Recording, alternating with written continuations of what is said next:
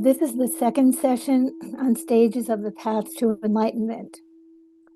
And here is a small reminder from the first session. Without joy, we are lost. The sea is too dense, our bodies too heavy, the raft of our being unable to stay afloat. Today, we'll explore what is called seeking to unite mind with mentor. It's the vast and immediate process of bridging our openness for growth with that which makes growth actually happen. Just as seed directs its attention toward the sun, we too must direct our attention toward that which will unfurl our greatest potential. And this is signed with love and joy, which I think is appropriate. Thank you. Thank you for reading that. We were able to hear it. I apologize for my voice. It's still not 100% yet. Mm. And coughing will come in once in a while. So I did say that last time that we will, in a way, do this talk or this series of teachings somewhat in the same manner that it is done in the traditional way, but without so much of what can be seen to be as dogmatism. Okay. But we will try to, as much as possible, go into the essence of what we refer to as the preliminaries. And whenever you attend a teaching within the Tibetan tradition, whether it's the Dalai Lama on stage in Madison Square Garden, or if it's a little temple somewhere, whether it's the teacher who teaches regularly, or if it's a teacher who is invited to give a special teaching, they all begin the same way. They begin with setting your motivation. A very good teacher will begin telling you to remind us how precious our life is, how fortunate we are to be here. And it is it is something that is habitual, that we take the habit of our minds with us wherever we go. So even though we are sitting here together and the intention that brought us here was a wonderful intention, but perhaps that intention may have been moved to the side by the many things that took place today that occupied our minds. So to reorient ourselves to that intention that brought us here, we are asked to take a moment to remember our intention for being here. And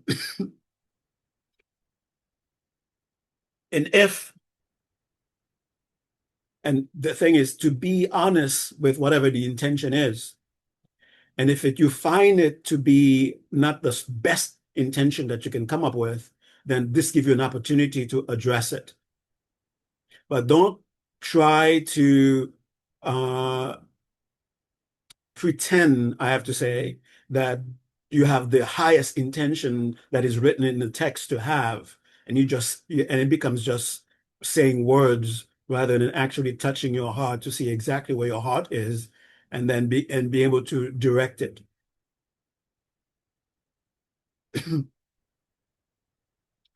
Remember the teachings on the stages of the path.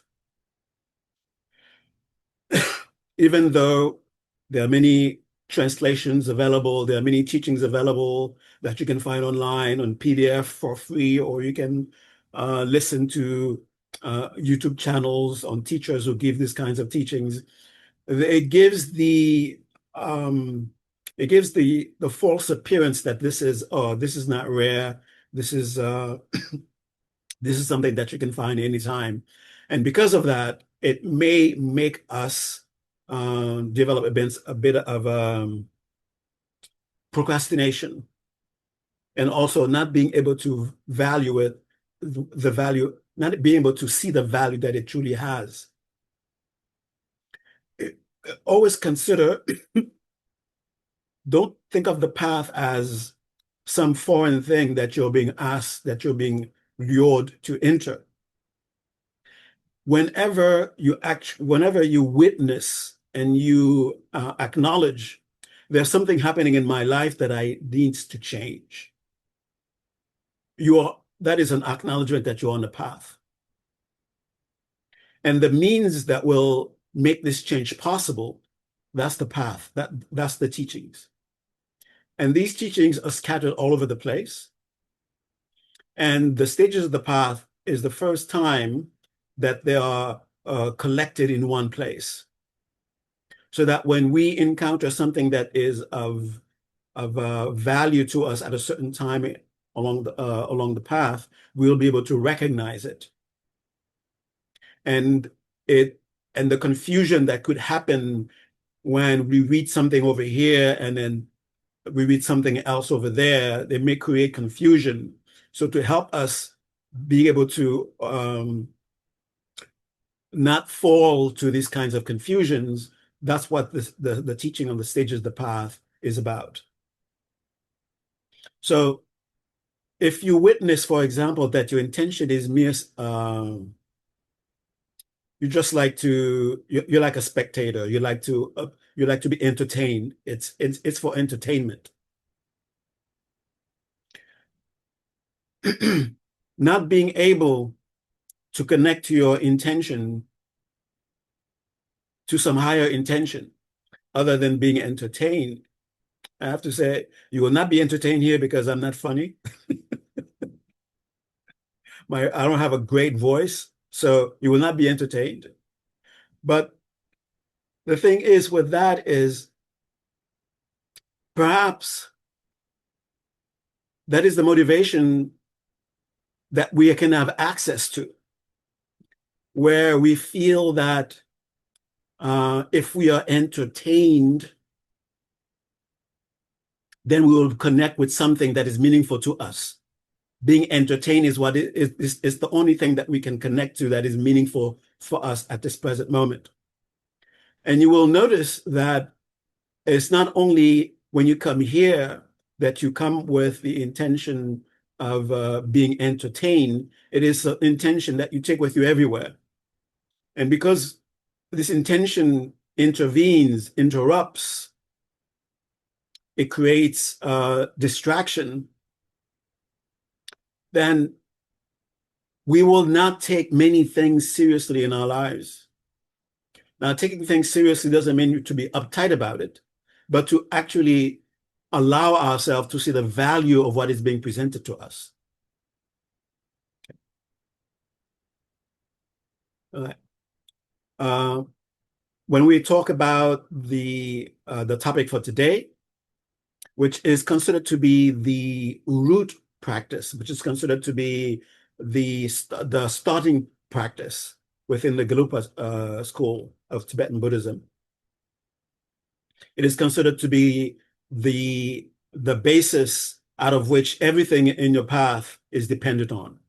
And that's why it's made to be the first thing that you contemplate. And it is very difficult to come to the realization that it is asking us to come to.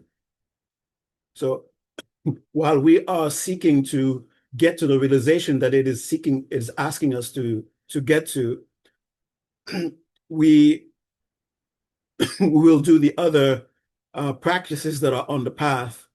And as we get better at this, the other practices become better. Okay.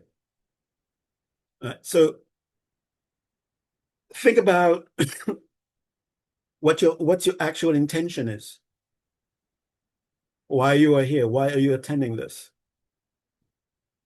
Are you just being nice to me? You just wanna show up so I can feel good, so I can see that, oh, there are people attending.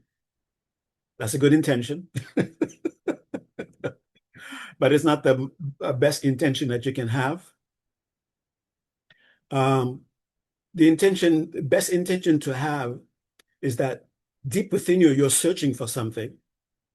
And there's hope that through this very session tonight, there might be an opening, there might be a clarification that will help you get at least a few steps further along the path, closer to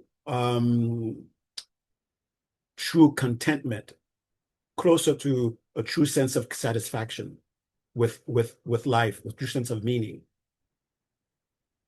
That within us, which is calling us to do that, think of that as the teacher, the inner teacher. So what would be done in at a formal teaching is, at first we are asked to direct our attention. What is our motivation? What do we want? Connect with that which is the most powerful aspect within us, and feel yourself trust and relying on it, and confess the degree to which you have conviction as to what you ultimately rely on. Okay. So I'm not going to go through the actual formal words that are said, the prayers that are said. They're not, I mean, they're called prayers just because we don't really have a better word, but they're actually contemplations that you got to go through. We use the word prayer because it's easy for people to grasp, but the actual contemplations. If we think of them mainly as prayers, then over time, we will not do the contemplation that they are supposed to be doing, but rather we will just repeat them like you're repeating some, like the words themselves, the sound themselves are sacred, and that's all that you feel the need to do, rather than using the words to help you contemplate something along the way. Okay. So the first one is, when you're in trouble, whether you're in trouble in your dream, whatever trouble you're in, what is the first thing that you go towards in terms of, if I rely on that, it will help me, that you have conviction about its power, its ability to help you. And this is something for us to examine. And then along the path, the stages of the path, there's a time where there are a practice dedicated to that.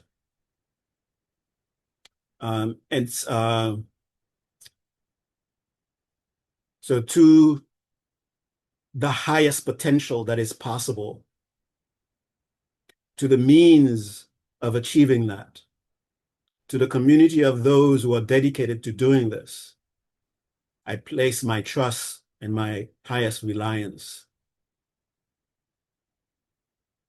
And I'm doing this to fulfill my highest aim. And that will be repeated 3 times as a way of showing your sincerity. So as I say the Tibetan words, you can think of those terms in the highest that is possible to achieve, in the means of achieving it, and that which is acquired once one achieves that. And the community of those who are sincerely seeking that. I place my trust, I place my reliance, that I may achieve the highest that I can for all beings. Sangye chodon soki chonom la chanjo bado dani kelzoji dagi jinzo gibe solong ki jola benje soki dubar jo. So you reconnect to your intention, that noble intention that made you begin to study, that made you begin to practice. You reconnect with it so that the noise of the day can be quieted, the noise of the day can be settled, so that they do not interfere with this process that you are seeking to engage in right now.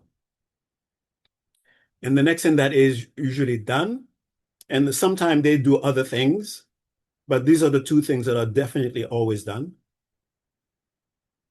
Remembering what you consider to be the highest to be achieved and your dedication to actually seek it in your conviction that it is possible. Reconnecting with that. And after you reconnect with that, then the next thing that is usually done is called the offering of the mandala. And that word mandala is very confusing because people forget the context that word came into Tibetan Buddhism. But what it represents is that whatever that I can encounter in the world, none of it can be even the totality of all of them. Everything that the world considers to be valuable, the worldly, in a worldly sense, diamond mines, gold mines,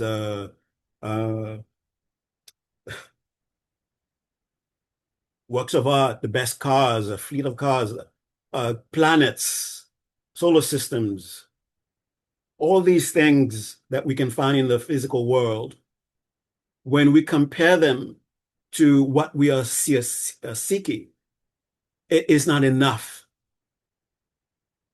to equal the value of what we are seeking.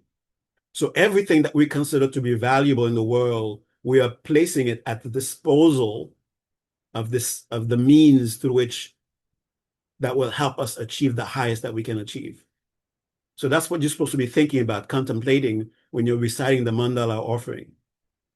And there is this, just for the sake of being gossipy, this is it's called the mudra, or the hand gesture, how you hold your hands when you're offering the mandala. It's supposed to represent the universe. Okay. So there's a center for the universe and then everything that orbits that center. Okay. It could be one world like the Earth. It could be the solar system. It could be the galaxy. It could be the entire universe. But you're thinking about all the things that are that we seek in a worldly way, and how none of these things, no matter how much of them we have, they are and not as valuable as what we are seeking deep within. And we are willing to put all these things that we have, all the things that we will have, at the disposal of achieving the path, and that which will help us achieve the path. Okay, so what do you think of that? I'll recite the mandala offering. Very short. Sashi Pergil Jongshin Nadotan Rirab Lingshin Inde Gyamandi Sangye Shimbu Nikde Bawagi Chogu Namda Shimla Chewa Shol Another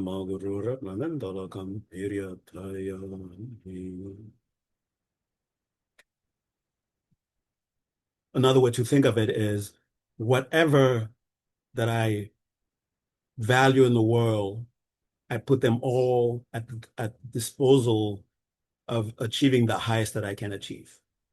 Okay, you can think of it that way. And another sort of like a more connected to the worldly sense of understanding the mandala offering is that, did I tell you the story about, what was it? Drona and Kona, I think. Drona was the teacher of the Pandavas, I think. I think his name was Drona. If somebody knows better, correct me. Okay, so the teacher of the Pandavas in the Mahabharata, I mean, everyone knows about the Mahabharata, right? So there were the main characters of the Mahabharata were these princes, okay? And among them is Arjuna, who was considered to be the best archer in the world. And his teacher, of course, was Drona. Uh, and there was someone else, I think his name is Kona, I'm not sure. If someone can help me, or Kana, I'm not sure. he wanted Drona to be his teacher, but he's not a prince. But out of pure devotion to Karna, thank you. I was close. There was a Ka. Yes, Karna. He he he wanted Drona to be his teacher because he wanted to be the archer or an archer also, but he wasn't in the same category, social status as the Pandavas that Drona had basically sworn to be the teacher of only those princes so that they can beat everybody else. So Karna, knowing the value of Drona as a teacher, he just without ever meeting Drona, just seeing him and knowing about him, took Drona as his teacher, and he made a statue of Drona, and then in front of Drona he made uh, he made homage, and through that statue. They didn't say, I'm not sure if they said exactly if the statue spoke to him, but anyway, he practiced in front of the statue and he actually became better than Arjuna. And finally, I'm not sure, I think it was at a contest or something. Ek Ekaliya. Well, I can't read that. Is that the teacher? Oh, okay, all right. Uh, at the at a as I think it was as a contest or something. uh, So Karna was there, Arjuna was there, and Drona, the teacher, realized that Karna was better than his student Arjuna. And when they saw each other, Karna presented himself. The student name was Ekalaya, Ekalavya. Okay, I guess it wasn't Karna. Karna was somebody else. Are you sure it was Ekalavya? It doesn't sound familiar to me. I know there's a Kai in there, but I don't think it was Ekalavya. So Karna and Arjuna are the rivals. Okay. I think I don't want to spoil the story. That's why I didn't. You finish the story, and then I'll tell you. I think I can tell you whether it's Karna or Eklavya. Okay. All right. Thank you. All right. All right. So the main point is this student who didn't directly study under the physical presence of this teacher, but had the devotion and the mindset that this is my teacher, was able to excel in what he in his studies and his practice. And when they finally met, I don't remember exactly the condition how they met, but they finally met, and Drona, the teacher, recognized that he was better than the person who's supposed to be his top student. And when he found out that he considers him to be a teacher, then he asked, okay, where is your what's that word? Where is the gift for the teacher? Where's the gift for the teacher? Okay. And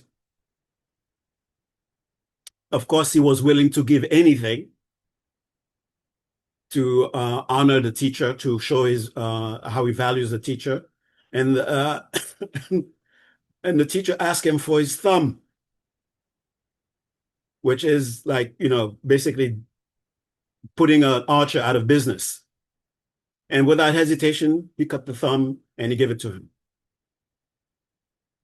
So this giving of the thumb is it's connected to offering of the mandala.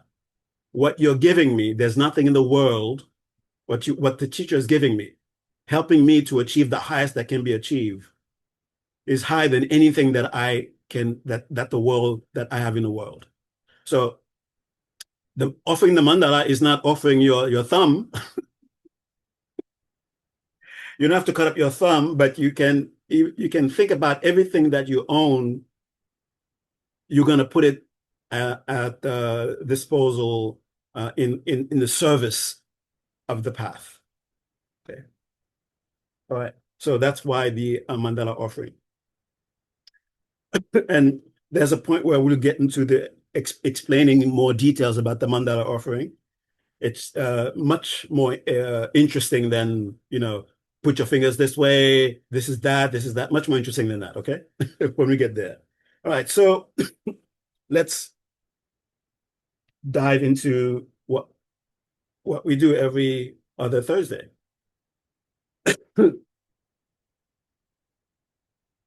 Let's do opening meditation.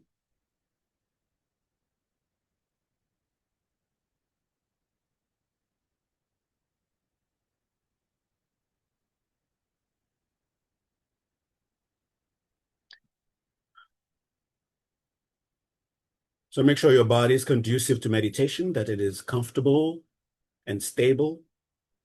Take your time to make adjustments.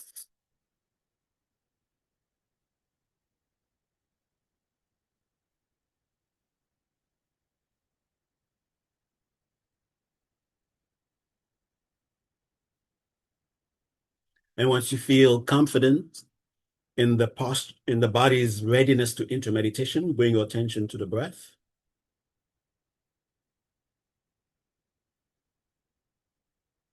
Without trying to control anything, not trying to control the in-breath, the out-breath, without trying to control the mind, just being present with whatever is happening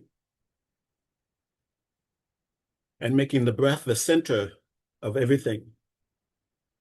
Everything is happening in relation to the breath.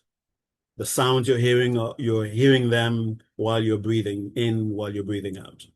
The thoughts are coming and leaving while you're breathing in, while you're breathing out. And eventually you notice a slight shift in the behavior of the breath. Take that as an indication of alignment. The different dimensions of our being, emotional, energetic, physical, intellectual, intuitive, all those different dimensions have reached a certain degree of alignment, and their alignment affect the breath. And take that as a means to now fully dedicate yourself into meditation. Take a nice, with 3 full conscious breaths. Gently, fully breathe in. Hold for a few seconds. While you're holding, relaxing, clearing your intention, and release. And as you release the breath, releasing the breath, feel yourself going deeper into a sense of calm, deeper into a sense of pleasantness, deeper into a sense of clarity, radiance, vividness of awareness. And at the end of the exhalation, just stay in that measure and notice the palpable calm in the body, the palpable calm in the breath, the palpable calm in the mind, to whatever degree that they are present, and rejoice and welcome them. And staying in that state, intend to go even deeper. Another full breath, gently, fully breathe in. Hold. Again, clear your intention. Strengthen your more determination. Relax and let go. And as you're letting go, feel yourself physically, energetically going deeper into that state of calm, deeper into that pleasantness. And your thoughts and your awareness, they're becoming clearer, brighter, more collected. Staying in there again with the intention to go even deeper, welcoming the experience, rejoicing in the experience. For the 3rd time, gently, fully breathe in, hold, release. And as you release, let go completely, Trust the body will stay where it is. Trust the body can be taken care of. Let yourself go in deeper, experiencing deeper calm, deeper pleasantness, greater clarity, greater luminosity, greater collected attention to whatever degree, and staying there remember that voice within, that sense within that is calling us to something that when we encounter it, will give us a sense of meaning.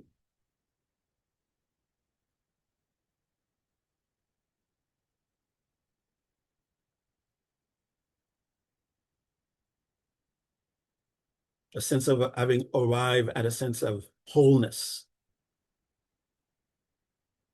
And as you're thinking about that, turn your direction towards that, begin to feel a presence.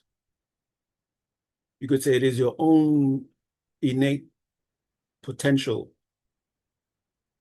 sensing your sincerity to make contact, choosing a form, choosing a presence for you to be able to relate to it. Even though it's always present, it never went away anywhere, but for some reason, we're not able to be aware of it. So it's taking on a form so we can become aware of its presence. And that presence radiates love, compassion. We feel being cared for.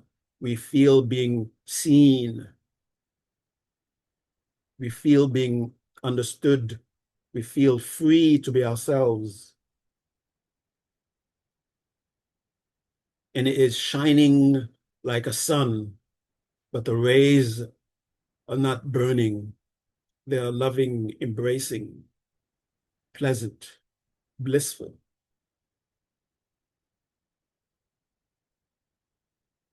And let it feel it nurturing our aspiration, giving us the energy, giving us the means to let go of what we are grasping onto that is not helping us. Let it allow our minds to see that it is not helping us so we can let it go. Helping us to see what we are holding on to that are not serving us. Helping us to see that they are not helping us. And giving us the strength, the courage, the wisdom to let them go. And feel yourself open, receptive,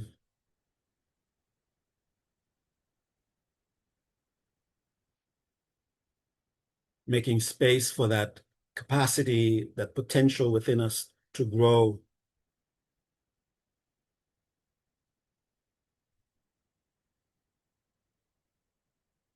The capacity to realize our fundamental nature.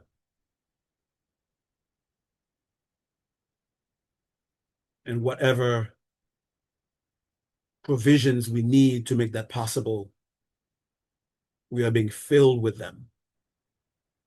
The emotional, the intellectual, the intuitive, the energetic, whatever we need, we are being filled with them. Situations are being set up for us to encounter. Seeds are being planted for us to encounter, perhaps the landscape that will help us, the environment that will help us, the people that will help us.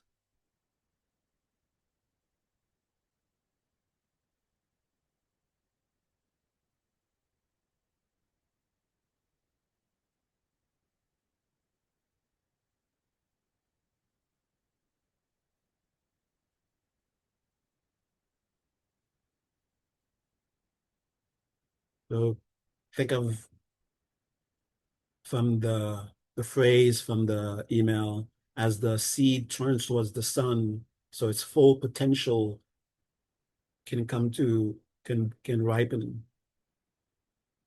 So we turn our attention, our readiness towards the sun of our own potential so we can realize it.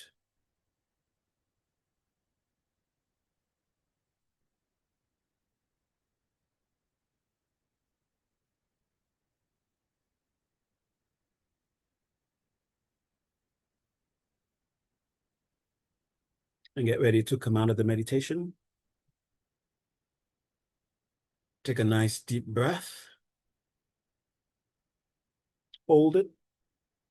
Feeling the meditation, the signs, and then making the intention to emerge from it. And release the breath. And as you release the breath, gently, fully reconnect with your immediate surroundings. Feel the temperature again of the room, the feel of the clothing, the difference, hearing the different sounds, allowing your eyes to take in light. Okay.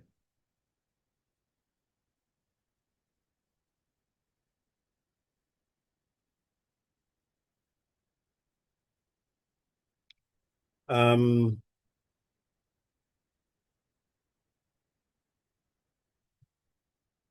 have to make a correction about yeah,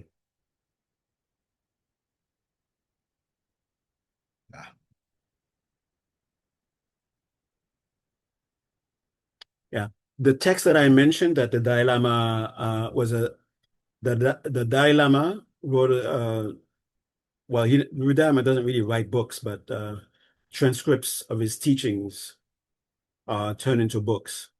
The book that of the Dalai Lamas, that is both a commentary on Atisha's Lamp of the Path and also Jason Kappa's well, there are different translations of the title in English, but Hymns of Experience, I think is one title of it, is Lamrim Nyamgur for those Tibetan people there. And the name of the book itself is, I gave it, I forgot, I gave us a title, something else, but it's Illuminating the Path to Enlightenment. That's the title of the book by the Dalai Lama. Okay. All right, I made that correction. And now we will go into the topic.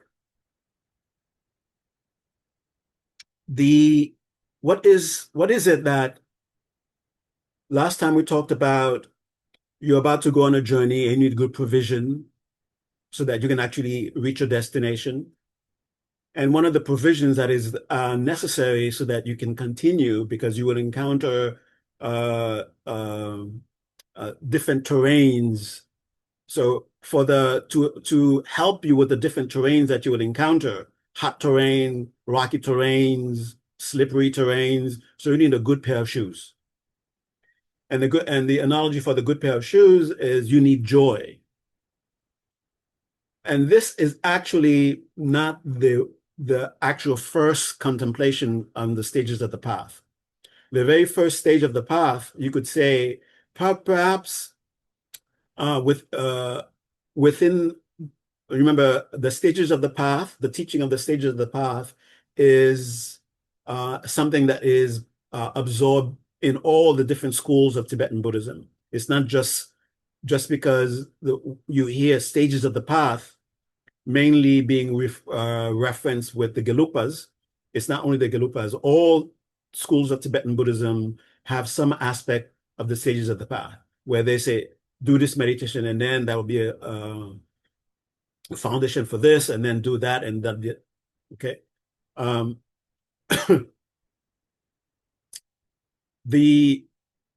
For the Gelupas, and only the Gelupas do that they make the first contemplation, the contemplation of, and I prefer to use the phrase, it's a means of uniting the mind with I guess the best English word is mentor, but mentor doesn't really carry the full weight of the meaning of Lama or the meaning of Guru.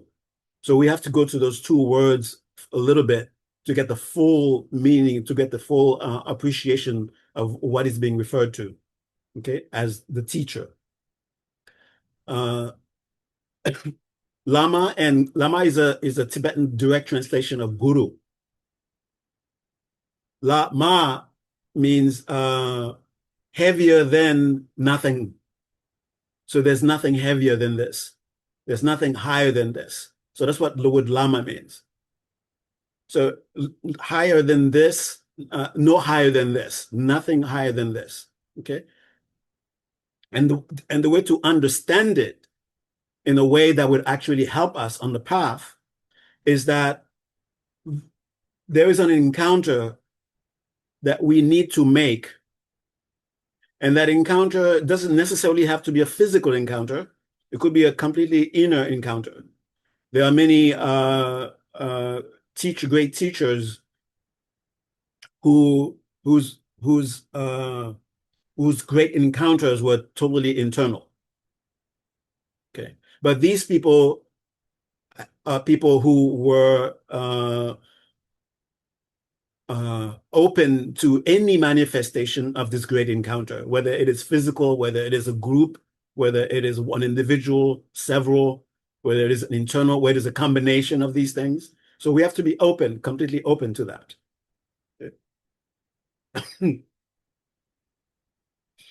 And this encounter is called the route for the path. It is that which allows for all the realizations, all the stages to actually makes it possible for the stages to be realized.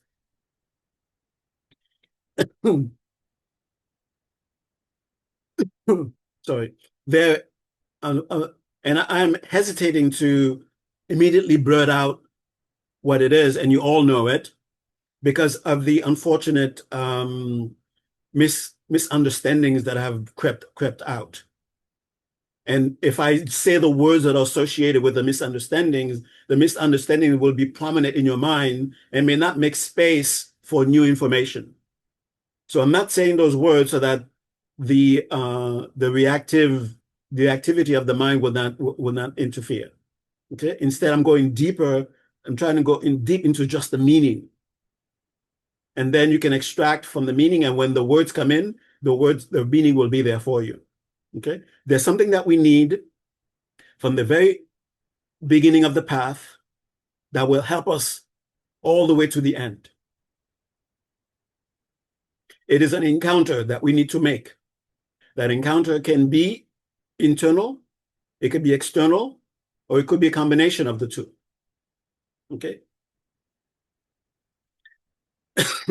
And the object of that encounter is called that which there is nothing higher than it. And by it is important because it demonstrates our sincerity on the path. It demonstrates how much we value what we aspire to. How much do we see the value of what we aspire to? If we do not see the value of what we are aspiring to, then the means through which we will depend on to get that, we will not value it also. We will value it as much as we value that which the object of our highest aspiration. Okay. And also it demonstrates a conviction. Is it possible that you can actually achieve that highest aspiration? If you have doubt about whether you are able to achieve that highest aspiration, that will also play on how you are relating with that which is supposed to help you get there. And that which is supposed to be helping you get there is not the object itself, but how we relate with the object. It is the relationship that we establish with it that is of utmost importance. The object itself by itself is not necessarily so important, but we relate with it as the most valuable object ever, the most valuable object for our lives. And when we recognize that and we relate with it that way, that it makes the path easier. And how does it make the path easier? It opens our minds, it opens our hearts so that we come to know what is it within our psychology that is present? What are those things within our own psychology that are present, that are obstructing us, that are holding us back, that are in our shadow, that are not so easily present in the forefront of our minds, so we can actually deal with them?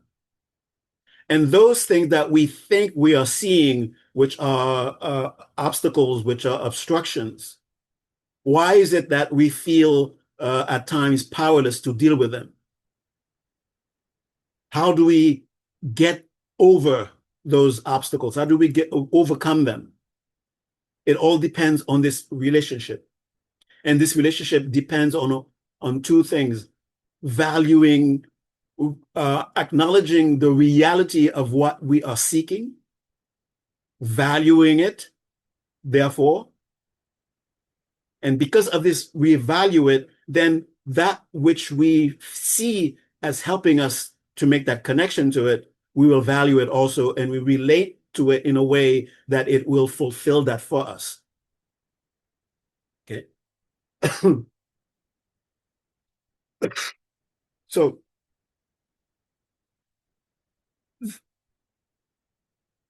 now that you understand more the internal dynamic, the inner meaning, then we can sort of now talk about the words that you may have I've heard already. And one last thing that you will actually usually hear towards the end, that on the stages of the path, an explanation that is given more towards the end, but nowadays they are given in the very beginning. In the meditation that we did, I asked you to remember something that you feel is very profound, you feel connected to it. It's not entirely clear to the conscious mind, but there's a sense of its value. There's an appreciation of its value that we feel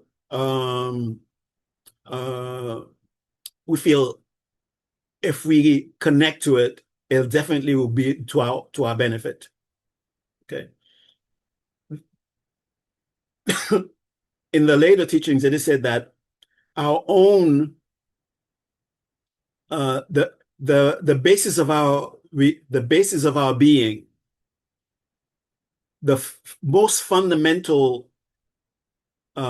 nature, or the most fundamental quality, you could say, from which we emerge, or within which we are abiding, however you want to say it. It is not that we emerge from it and it's there and then we are here, but rather it itself goes through a process of transformation because of its very nature, because of the very nature of this fundamental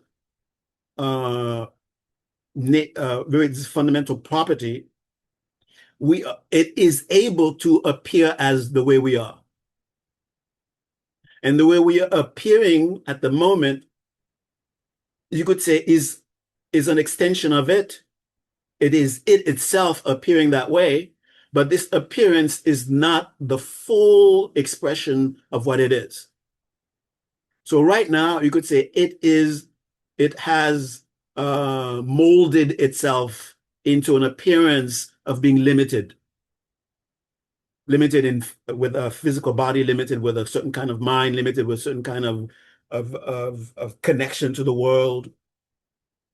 But this appearance of limitation that it has molded itself into is not the full, is not even a fraction of its own true expression. Its true expression is the potential to take on any to take on any ways of being. So let's say, just for the sake of illustration, but don't take it too literally, okay? It's just for illustration. The fundamental nature that is capable of infinite possibilities of expression in its pure state before it takes on any particular expression, before it takes on any particular appearance, whatever that appearance with it, whether it's mental, whether it's physical. In that pure state, the conceptual framework that we can use to try to describe it is total freedom, perfect bliss, perfect clarity, perfect luminosity. These are just conceptual words that we are using because of how when we encounter them, there's something about them that is transcendent, and these terms come closest to describe this state when in this foundation in its pure state. Okay. Right now, it has taken a form where the appearance doesn't help to see this pure nature. So our bodies, our minds, our emotions, our energies, when we see them, there's something about them that doesn't lend us to immediately see this fundamental nature out of which they are, but it is this fundamental nature that is appearing as us. Okay. So this appearance doesn't do a good job. And at times we encounter appearances that makes us feel connected to that pure state. When we hear certain music, when we see a certain landscape, when we see a certain art, or when we see someone, when we are in the presence of someone, or when we read something that inspires us, it's this kind of inspiration that we feel is a way of that appearance somehow connects us to this pure state. It reminds us of that pure state. Okay. Now, this pure state can also take other forms, not just our appearance, where this pure state is, we are blinded. We cannot see this, not blinded, but we are obstructed. The very appearance that it has taken is itself an obstruction to seeing the pure state. This pure state can also take on a form where that form, when we encounter it, it constantly reminds us of that pure state. That form that constantly reminds us of that pure state, that is what is referred to as guru. That is what is referred to as lama. That is what, unfortunately, the English word doesn't have anything close to it, so it has the word teacher or mentor. Okay. When they say teacher and mentor as a substitute for lama or guru, that's what it's referring to. Okay. So it is, you could say, a conduit, a means for us to connect to something that is truly meaningful to us. So that's what the guru is. And it is the foundation. It is the foundation in the sense that I believe that that I'm seeking to achieve is possible to be achieved. And it is because of the sincerity of my conviction, it is appearing to me to guide me, to reconnect me. It is appearing to me through that person. It is appearing to me through that person. It is appearing to me to these people. It is appearing to me to this event. It is appearing to me through to the many personalities that I've heard about that are inspiring to me. Okay. And there is a sense of time, I would say, surmounting time or overcoming time, where the person that you have you've established this connection with, this person that you have established this relationship with, by establishing that relationship, that person becomes like a communication a portal to every teacher, going as far back as possible. So when you're in the presence of that person that you have established that relationship, you're not just talking to that person, you're not just relating and making contact with that person, you're also making contact with every teacher all the way back. Okay. And through that person, you will have direct access to their teachings. Nagarjuna will speak through that person to you. Shantideva will speak to that person and will speak to you through that person. And that person doesn't need necessarily to have a direct conscious contact, conscious connection with Nagarjuna or with any of those teachers that you admire. But because of the way you are relating with that teacher, you make it possible for you to have that kind of connection. Make it possible for you to be connected to the entire lineage, to all the teachers who have achieved great realizations, to come to you to tailor the methods of how they reach their realization specifically for you, according to your conditions, according to your own conditioning. Okay. And they can only do that for you if you have the conviction, my sincerity, I am sincere about wanting to achieve my highest aspiration. And that must have sent a signal to the depth of my being to call forth a means, a way for me to actually achieve it. And this person has arrived in my life. So I'm considering this person to be an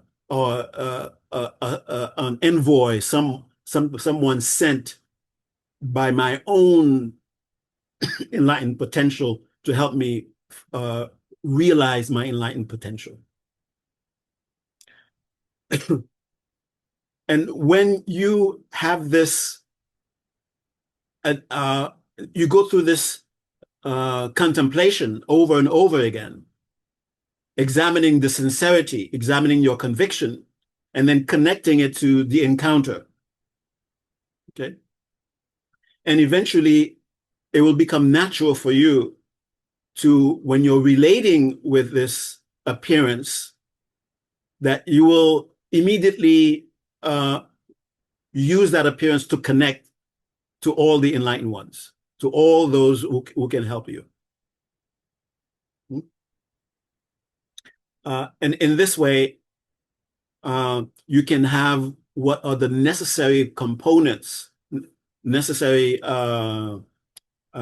nurturing components for you, for realization to manifest, to arise within you. Devotion, we need devotion. And we see ourselves, we are always expressing devotion. It's just that unfortunately, most of the time we direct devotion in the wrong direction. So we do have it, but this time we can direct it towards a direction that is actually beneficial to us. Whatever you find yourself spending a lot of time with, don't call it accidental. Don't call it, it's not you have no control. It is a sign of what you're devoted to, what you're directing your energy of devotion towards. Okay. Devotion comes from you. It's your own energy, and you can access it, and you need it for the path. And you need an anchor for that the energy of devotional energy to nurture your own potential. Okay. Devotion, conviction, and what's that word? Perseverance, joyful effort. Then joyful effort will be there with you, will accompany you naturally. You won't have to fight. You don't have to dig deep within you to try to find joyful effort. It will just naturally come up. Okay. So when you find yourself not connected to joyful effort, then you need to re-examine. Do you really see what you want? The ultimate, what you want? Do you really see it, with a certain degree of clarity for you to have, for you to value it, for you to see its value? And that itself, just seeing its value, that will set things in their correct places. Okay. So whoever you encounter, like Atisha, for example, they said he had like over 100 teachers, and he respected each one of them as if he only had one teacher. Even though he often say once in a while that the greatest of all these teachers was the one who taught him how to develop bodhicitta, how to develop powerful compassion. But he didn't. Sometimes we find ourselves in a practical speaking way that it seems like the teaching is telling us you need one teacher, go find that one teacher. But the example of Atisha is telling us no, that's not the absolute case. If you have one teacher, okay. If you have two, three, as long as when you see them, when you're in their presence, you're immediately remembering why that relationship exists in the first place. Okay. Now, it is not easy to make that person the steward, the steward the steward of your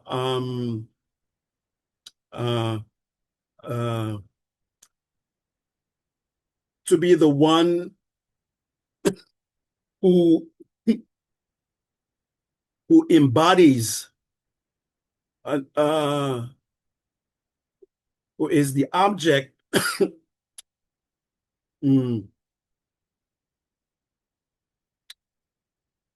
who is the object to which that you will invest your energy of devotion.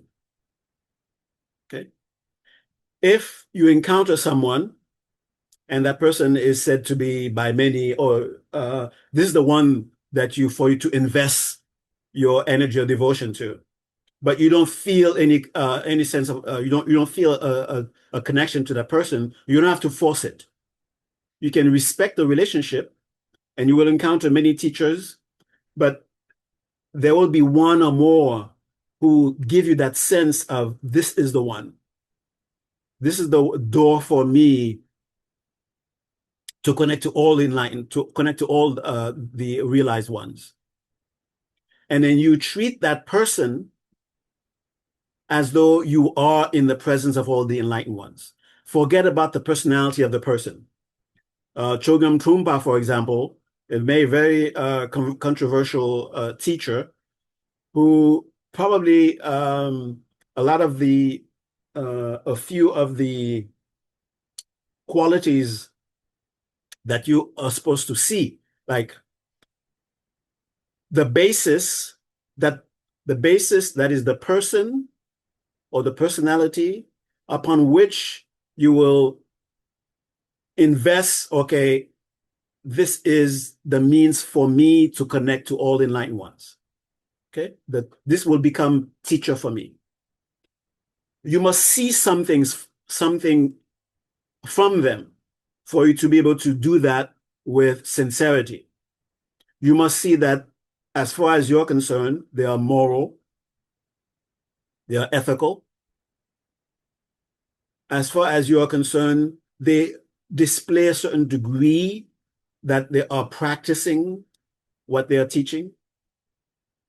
They may not have necessarily completely mastered everything, but they show a certain degree of deep understanding of what they are saying, of what they're teaching. So there are they are ethical, they have a degree of self-control, a greater degree of self-control than the average person, you could say. They don't blow up uncontrollably all the time. They don't get triggered all the time. They demonstrate certain that one we won't really know for sure, but they demonstrate a certain degree of understanding of the teachings that they are teaching, and they have it said that they have a lot of years of study under their belt, and they're constantly studying. Okay.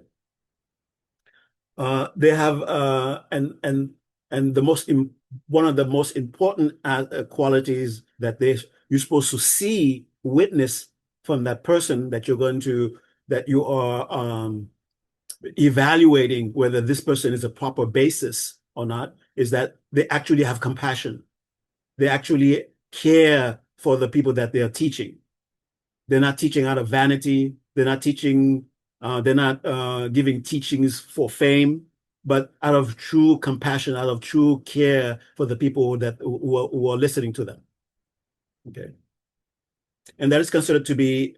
Sometimes it is said it doesn't matter if all the other qualities are lacking, and at least they should have that quality.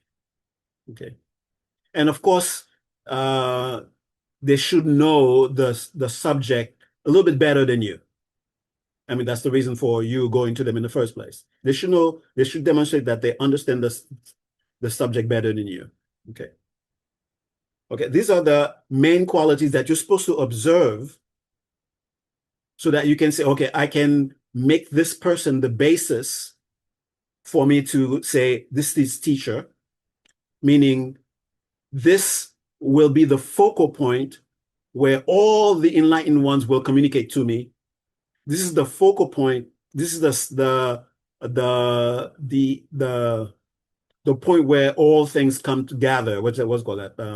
That's what I'm using the word focal point. This is the point convening where my own potential will communicate to me also. So the teacher is also a mirror, where sometimes your own mental afflictions will be mirrored back to you. Sometimes your own virtues will be reflected back to you. Okay. So the teacher is that which does all these things. Now, what about the personality of the teacher? And this is where, unfortunately, a lot of us become confused. We think all those things that are being talked about is about the personality of the teacher.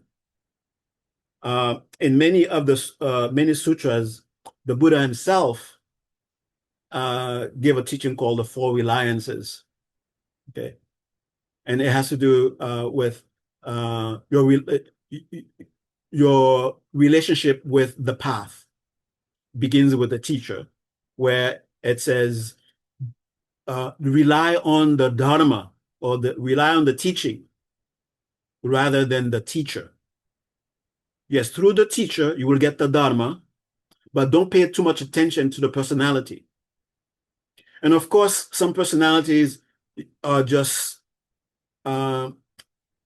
it's just too much of something that you are aware of and then you feel a great sense of disconnect, that you're not able to hear the dharma from that person, even though they may be speaking the most profound thing, but their personality, for some reason, you can't get over that. Then that is not the proper basis for you. You can, if you want, if there is some sort of conflict within you, a recognition that, my goodness, this teacher is like the best. I will definitely benefit from what she knows, from what he knows, but I can't get over his voice. I can't get over his personality. He's constantly spitting. He's constantly he's constantly he's constantly doing it. It's just annoying, and no matter what profound things he's saying, I can't hear it. So if you if you sincerely can tell yourself, I can change myself so that that doesn't become too much of an issue. Because I really, when the little bits of teaching that I get from that person are really valuable, really precious. So I can overcome that so that I can actually get those more of that. Okay. So if you can do that, then do that. If you can't, then again, pray, go back in, send me another form to relate with you. That form you sent, it's not working for me. Okay, send me another form. Okay, so for me to encounter. And when you're in the presence of that, and it's not like passing judgment per se, but rather testing, can I be connected to what is truly meaningful for me through that form, through that person, through that teacher? The way that teacher is behaving, is it too much for me? Okay, I'm really against people who are drunk, and this teacher is always drunk, and I can't get over that. That's Chogyam Trungpa. He said that after some time, there was never a time when he's not drunk. But he was, for a lot of people, he was very beneficial in terms of conveying the Dharma. His institution is still alive, still helping people. But he was of a certain personality that was very valuable for a certain personality type, for a certain kind of student. Where there was somebody related a story just very recently that a student of Chogyam Trungpa came to him and was very depressed and feeling very disappointed about his practice, about his mind. And Chogyam Trungpa was very drunk and told him, sit over there. and Chogyam Trungpa just tried to meditate. And while the student was trying to meditate, if the student, probably some of you probably heard that story, it felt like a finger massaging his brain.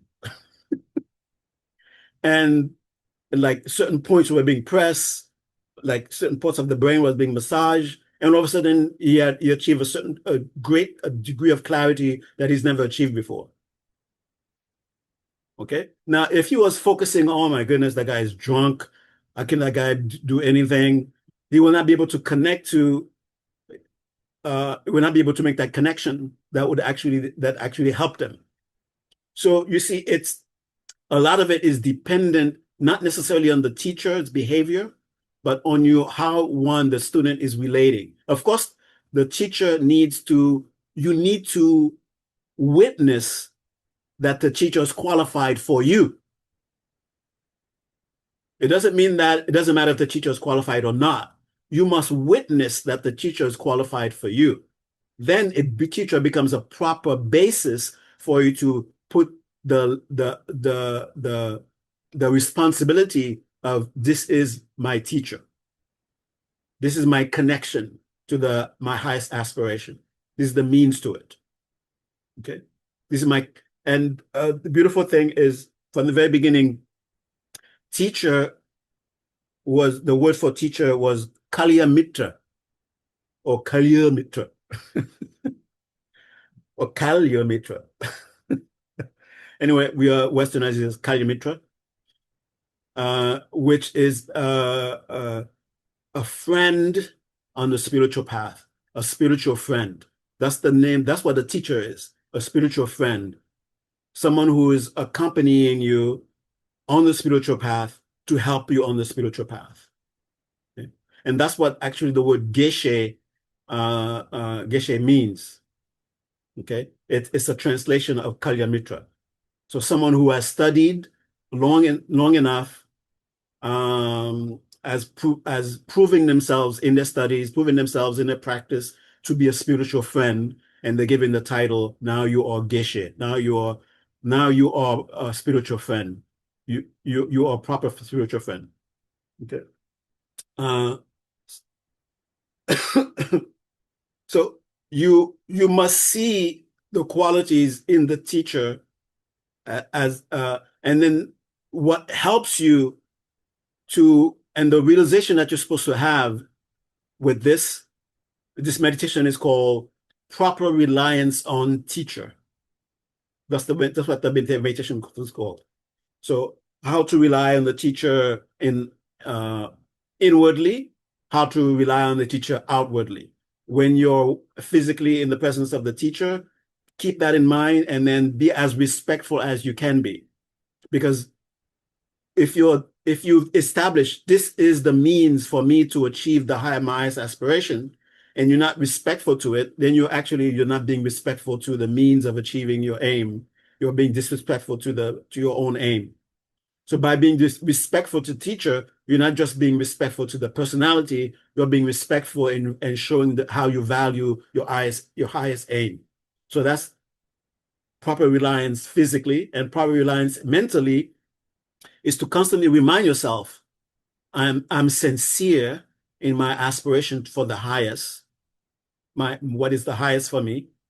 And because of that sincerity has connected me with the means of fulfilling that. And it is this person, it is that person, it is these people. Okay. And I have witnessed that they have what I consider to be qualities worthy of being the basis for being a teacher for me. Okay. I don't have too much of a problem with their ethics. They seem to know more. An example of, so it's not just either karna or, what was the other one? Like, I forgot the other one. So it's not necessarily the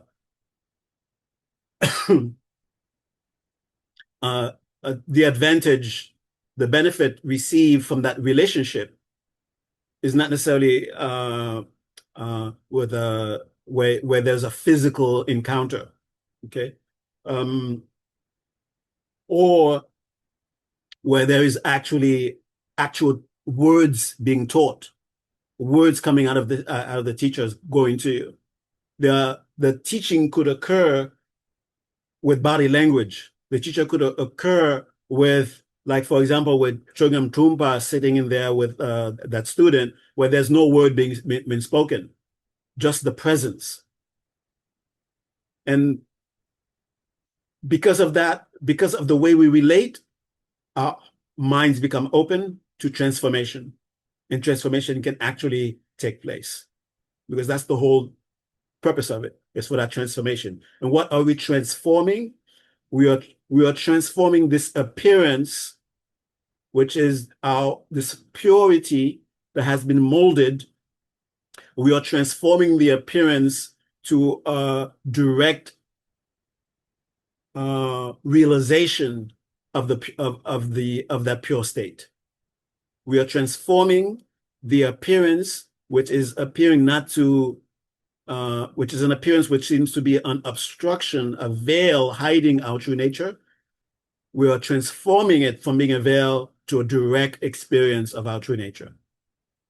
And that transformation will take place depending on the degree to which we have devotion towards the devotion and the degree to which we respect highly this magical process called teaching and studying, receiving and giving, this relationship of teacher-student. Okay. That is the transforming, the transforming power? Is that that's what makes blessings possible. Transformative energy, that's what makes it possible, this way of relating. So whenever you go to, even if it's a casual one-time teaching you're going to attend somewhere that because you're invited. Don't think that if you're shopping for a teacher still, and you feel perhaps this person would be that person for you, you will establish that sort of like special relationship. Then you can begin that way. But also, if you're not necessarily doing that, but you hear this teaching that's happening over there is something that you value. So when you're in that space and the teaching is happening, never mind the personality, okay? Think that your own essence is using that form to communicate to you what you need to hear, what you need that will give you, that will help you on your path. Okay.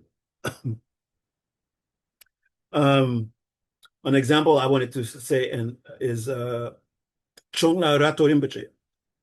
Chongla Rato Rinpoche was actually my first Buddhist teacher.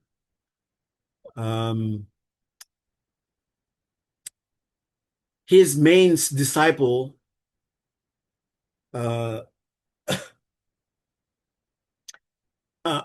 I understand it correctly, I think that is true, because when I studied with Chongla Rinpoche, he never actually gave initiations, like into so-called big teachings, secret teachings.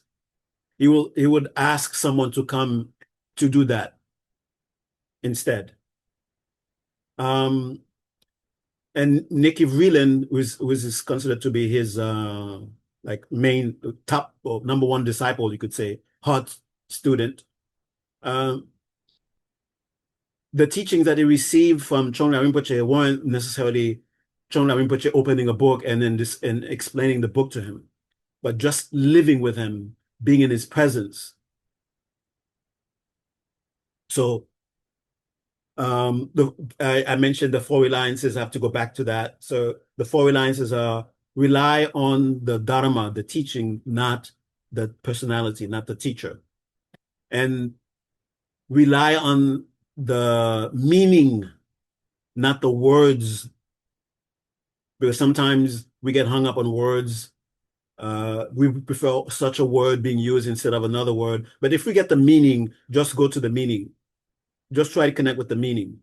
And when, as far as meaning is concerned, it says rely on the ultimate meaning, not the provisional meaning. This not necessarily ultimate in terms of emptiness and then conventional. I mean, that is one meaning of that, but also has to do with what is it really talking about? Like, for example, what is the real meaning behind the mandala? Is it just some kind of decoration thing where you, and the gesture and that's what it is, or something else where Dromtunba, there was this monk that Dromtunba was the hot disciple of Atisha. After Dromtunba became very realized teaching, he encountered this monk a few times who he could read his mind, could read his intention, and the monk was putting a lot of effort in doing circumambulation, and Dromtonba understood that his intention wasn't really spiritual. He was doing it for worldly reasons. And Dromtonba says, "Oh, the circumambulation is very nice form, but it would be wonderful if you could practice instead." And he encountered him again where he was doing prostration. He said, "Oh, that's beautiful form, but it would be much better if you could practice." And he sat down, he was meditating, and he said, "Oh, your form is wonderful. It would be wonderful if you could practice." So I related the story in terms of what is the real meaning of what you're doing? Is this what mandala offering is, or is it something else? If I just do this, could that be mandala offering? Okay, so rely on the ultimate meaning rather than the provisional. And the last reliance is rely on experience rather than concepts. Okay? Let your experience be the final rather than the concepts that are in the mind. Concepts can be very elaborate, can be very abstract, but if there is no direct experience backing it up, it's not really as valuable. Okay. So these are the 4 reliances in terms of relating to the path, and the teacher is there, and understand and use that also with what is the dharma and the teacher here about the teacher. What is the word here? What is the meaning here and the word that is the teacher? What is the ultimate meaning here as opposed to the provisional meaning as far as teacher is concerned? What is the direct experience here as opposed to the conceptual understanding as far as teacher is concerned? So seek the experience connecting you to the ultimate as far as teacher is concerned. And the last thing I want to say about that is usually with the teacher, you hear that you're supposed to obey the teacher. Whatever the teacher is supposed to say, you're supposed to obey. So there's a provisional and ultimate meaning to that. Yes, obey everything the teacher says, as long as the teacher is acting in the capacity of teacher.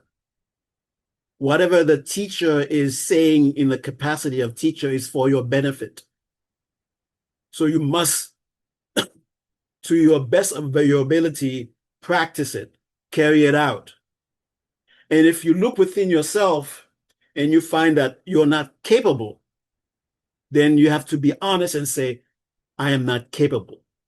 Do not dismiss it, saying, oh, this makes no sense to me, I'm not going to do it. But rather, I'm not able to really understand this. So I'm not able to put it in, to carry it out.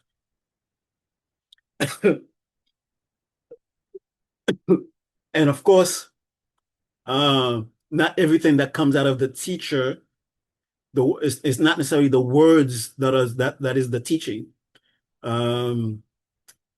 Okay, very last story. In one of the previous lives of the Buddha, he was a student in he was a student of this teacher who had many students. After some time, the teacher wanted to test the students, and he gathered them and he said, okay, this is what I want you to do, because you're supposed to carry out the words of the teacher. This is what I want you to do. I want you to go steal something, make sure no one sees you, and bring it to me as a gift to me. And everybody went out. So, oh, if nobody sees me, then it's okay. I can steal it. But the person who was the Buddha at the time thought about it and said, wait a minute, others may not see me, but I will see myself. And I know what I will be doing is wrong. It is harmful. It is depriving someone of something that they've worked hard to get, maybe, that is valuable to them. I cannot do that. So he told the teacher, I can't do it. And the teacher said, you are my real student. So sometimes the words that comes out of the teacher may not necessarily be the instruction, but rather testing. Have you been practicing what we talked about, what we've been studying all along? Here's a test for that. Okay. And also, remember, the real teacher is within you. That voice within you. If that voice within you finds contradiction in what the voice outside is telling you, then you are at the impasse where you say, I cannot. Not I don't want to, I cannot. I do not have, like, for example, the example of Shakyamuni when he was a Buddha, I do not have the moral body I do not have the ethical body that will permit me to be able to do that. Okay. All right, so sorry.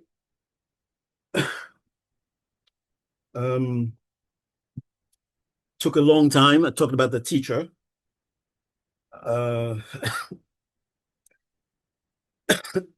I sort of talk more of the essence of what the several pages of the Lamnim Chenmo covers. And I try to avoid the things that could become superstitious. And I hope that if you do encounter those things that seem superstitious, you will read them with a different understanding. Okay?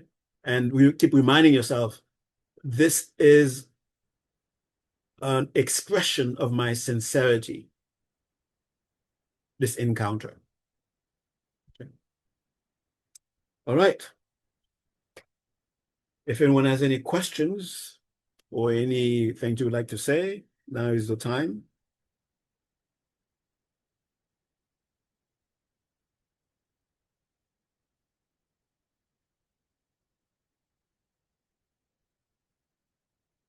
All right. So, Phuntsok, thank you very much, Yeah. as always, for sharing your wisdom with us. So, is refuge also related to this, or it's a separate entity altogether? Yeah, refuge is related to that. Yeah. It's its own stage, contemplation. So this contemplation that we're supposed to, the realization you're supposed to arrive at is that I'm not in the presence of this is not just an ordinary encounter. This is an encounter with enlightenment itself. Okay. And that will take some time to actually get to that as a realization, as a conviction. And if you're able to do that, then everything on the path will be much easier. And as you later on, and this will every stage of the path is basically an expression of this. And when you get to the part of the path where if you're taking refuge, what is it that you're taking refuge in? Okay. And ultimately, you're taking refuge in the Guru. And what is the Guru? It is your own mind's purity.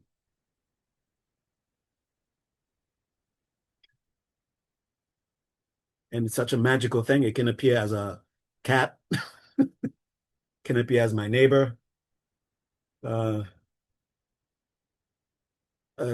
Atisha is said to have traveled with an assistant. They say his name was Binku. I think his name was I think the Tibetans are trying to pronounce Biku. They call him Binku. Okay, so which is not a name, which is just a title. It means monk. And in those cultures, they just call a monk, Biku, Biku. So this assistant of Atisha was annoying. He had the worst personality ever, always insulting Atisha. And people ask Atisha, why do you travel with this guy? I mean, come on. Of all the people, I mean, you're a great teacher. Why do you travel with this guy? And he said, this is my teacher of patience, my teacher of humility.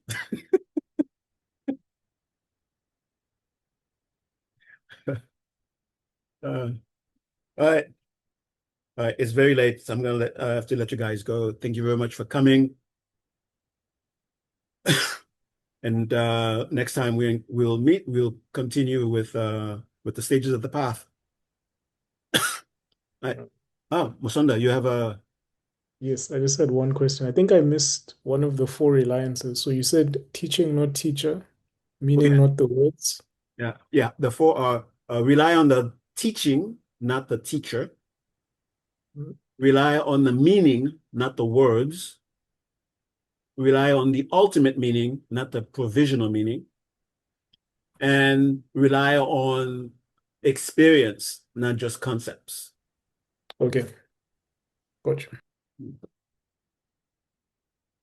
All right, so Get ready to do a closing meditation.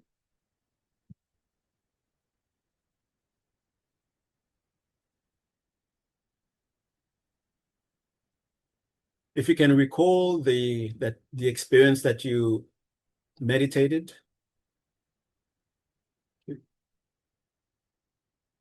and just by the recalling it, you begin to feel yourself re-experiencing it in the breath, in the body.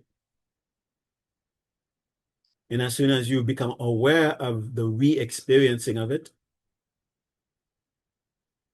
go to your center, wherever that may be for you, and take a nice, conscious, deep breath as a commitment breath. And release. And as you release, feel yourself sort of like melting into the calm that is there, melting into the pleasantness that is there, melting into the clarity and radiance that is there, melting into the collected attention.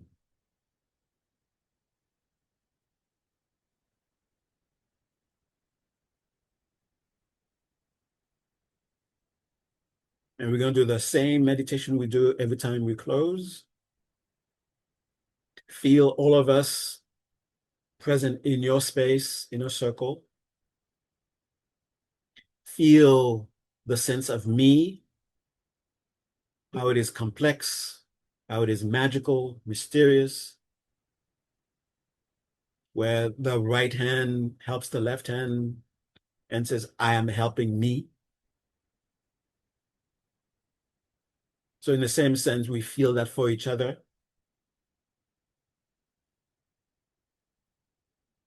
We feel the readiness to help one another. And it's the same sort of sense of me helping me. And because of this realization, a bright light appears in the center of our circle. And as the sense of removing the boundaries of me gets stronger and stronger, that light presence in the center gets bigger and bigger, brighter and brighter. And as it gets bigger and brighter, it envelops everything. So there's no more other appearance other than just this bright presence. And it continues to expand until the entire universe is just this one bright presence. And within that, we have the sense, readiness to help me, the ocean, help me, the sky, the air, help me, the animals, help me, the mountains, the trees, help me, the neighbors.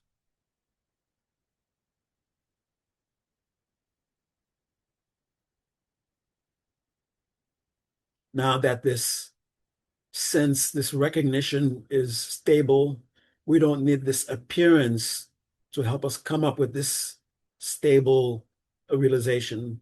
It begins to shrink in size, and what was enveloped by it begins to be revealed, but there's a shimmer of light left on them.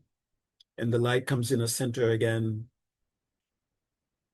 And now we see each other, acknowledge the different appearances, respect the different appearances, but acknowledge it's me. When I sincerely help myself, I help everyone. When I sincerely help everyone, I help myself. And with this full realization, the bright light in the presence in the center now disperses, divided into rays of light that enters into each one of our hearts.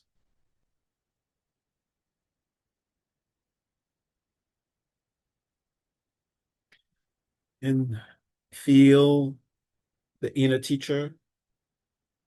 Be aware of the gifts that the inner teacher gifted you during this session. Be grateful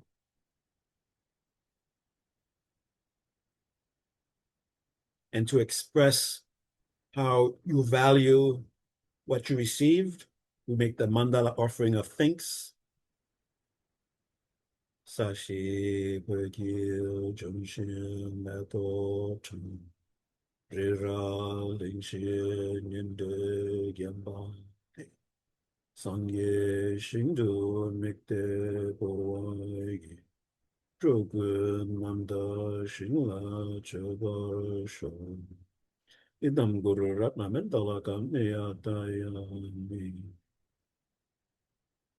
And feeling the merit energy that we have collected tonight, collectively and individually, sensing it redirected towards fulfilling the objective of our compassion. Gewa di kyo kun sunam yeshe zogzog shin sunam yeshe lejung we danba kuni topa sho. Feeling ready to arise from the meditation, noticing the signs that you're actually in meditation. Rejoice, and with nice deep breath, with the intention to come out, breathe in, breathe out. And as you breathe out, let yourself reconnect with your immediate surroundings. Feel the temperature again of the room, feel the feeling of the clothes, hear the different sounds, and let your eyes take in light. Okay. All right. Thank you very much. Enjoy the rest of your weekend. Well, it's not the weekend yet, but for me it is. Okay. All right. Thank you.